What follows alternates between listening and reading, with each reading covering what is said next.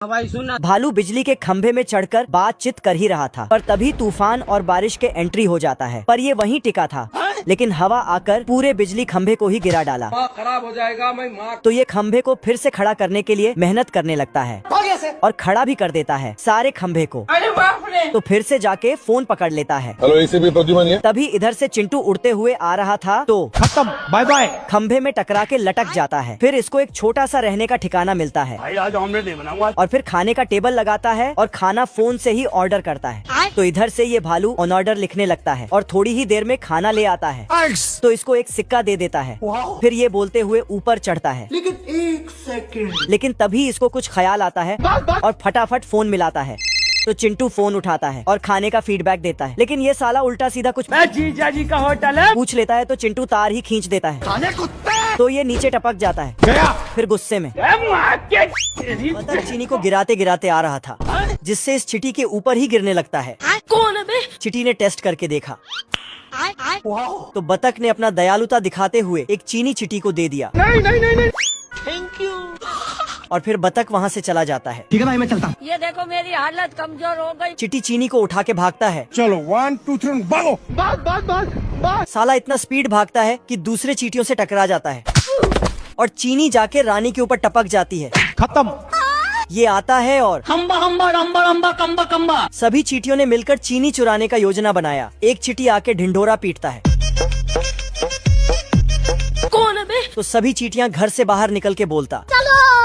इधर बतख सोच रहा था कि हमने एक चींटी को एक चीनी दिया है, लेकिन अगर उसने अपने साथी को भी बुला लिया तो तभी अचानक चींटियों का फौज आने लगता है। सिस्टम पार देंगे। ये छुटकू गाड़ी इस 515 सुपरफास्ट ट्रेन से रेस लगा देता है। सिस्टम पार देंगे। पर ये पीछे देखकर भाग रहा था, जिससे गाड़ी ठुकते ठुकते बच गया। फिर ये हॉर्न बजाते रहा, पर ये सुअर गाड़ी उसको जगह देता ही नहीं। अरे मेरा कद्दू। और हर बार इसके रास्ते में आ जाता है। अरे अरे फिर सुअर वाला गाड़ी अपना पहिया पसार कर चलने लगा। तो सीधा ब्रिज पर ही चढ़ गया, जिससे छुटकू गाड़ी इससे आगे निकल लेता है।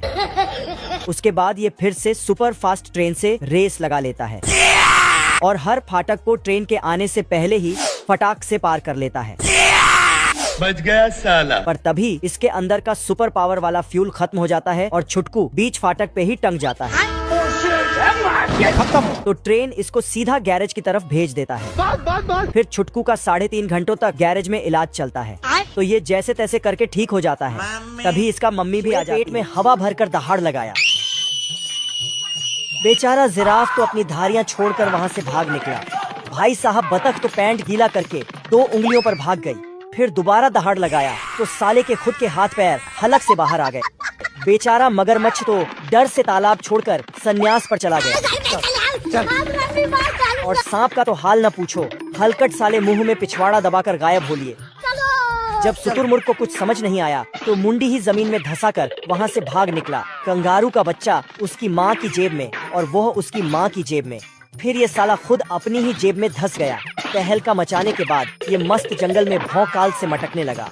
तभी कालिया डॉन, कौन है बे? तेरा बाप।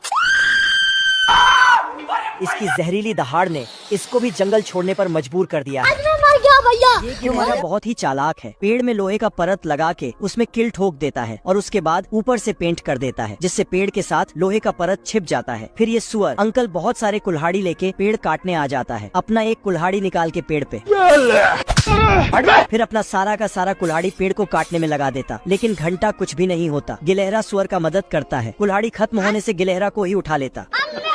लेकिन क्या रे भिकमंगिया, क्या देख रहा है? तू मुझे गलत मत बोल, तू खुद को गलत बोल, तू खुद की औकात देख। और गिलहरा वहाँ से गाना गाते हुए चला जाता है। एक दिन गिलहरा नहा धो के न्यूज़पेपर पढ़ रहा था। तभी सुअर बहुत बड़े यारी लेके आ जाता है गिलहरा का पेड़ काटने। गिलहरा गुस्से से अपने घर से निकलता है और उनका यारी एक छोटे पेड़ में लटका देता है। उसके बाद सुअर का तो